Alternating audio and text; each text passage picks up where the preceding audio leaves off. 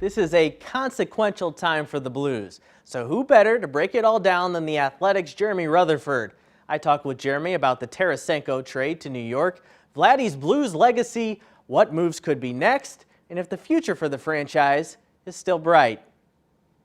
I think it was a good deal for the Blues. A few weeks ago, we were questioning whether Doug Armstrong could get a first-round draft pick for Vladimir Tarasenko. And the reason is this: it had to be a combination of two things. There had to be a team out there that wanted Vladimir Tarasenko, that could afford his $7.5 million cap hit. And also, he would have to waive his no trade clause to go to that team. Doug Armstrong found a fit with Rangers GM Chris Drury, and they get the deal done 3 weeks ahead of time. I remember being at the draft in 2010 when he was selected number 16 overall by the Blues. As soon as Blues fans saw that he was coming from Russia, they didn't know when he'd arrive, if he would arrive.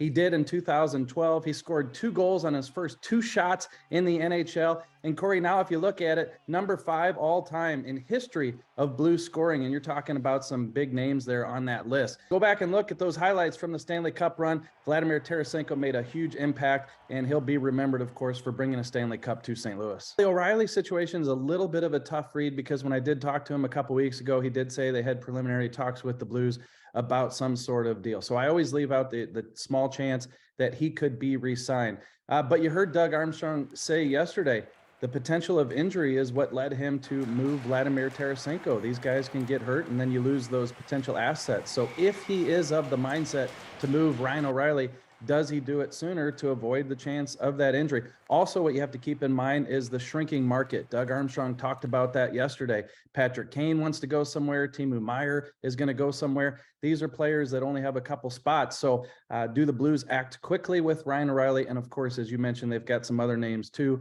Ivan Barbashev, Noel Acciari. These are guys that would help teams in the playoffs. And I think that by the end of this, by March 3rd, they could be moved as well. I think a lot of Blues fans would like to see Doug Armstrong move one of these big contracts on defense. That was a liability this year, the blue line for the team. But I think it's a situation where you look at the contracts. They've all got a ton of term left on them. Colton Parayko, 7 years. You have Nick Leddy, 3 more years. You have Krug and Falk with multi-years left on their deal. Those are tough contracts to move, especially when the team and those defensemen aren't playing well. So I think that would be a tough chore for Doug Armstrong to do moving into the trade deadline. Those types of moves typically are made over the summer. I think one thing that we lose sight of, though, is since Doug Armstrong came in 2010, this team has been successful. There really hasn't been a huge step back. Yes, they've had to take some situations and move a Paul Stastny, let a David Backes go, Alex Pietrangelo leaves. But for the most part, they've been among the top 5 winning teams in the NHL since 2010. This is different. So I think they're evolving right now. You have a Jordan Kyrou, you have a Robert Thomas who are going to come in and take over, but it's going to take time. And Doug Armstrong, Craig Berube, you're going to have to be on the same page. They're going to have to come together and find the players that are going to fit around those types of guys and play the system that the Blues want to play. So it can't happen overnight. There's got to be contracts moved. There's got to be guys brought in. But I feel that the Blues still have a good foundation and something to work with. But right now, it's definitely a retool type of situation.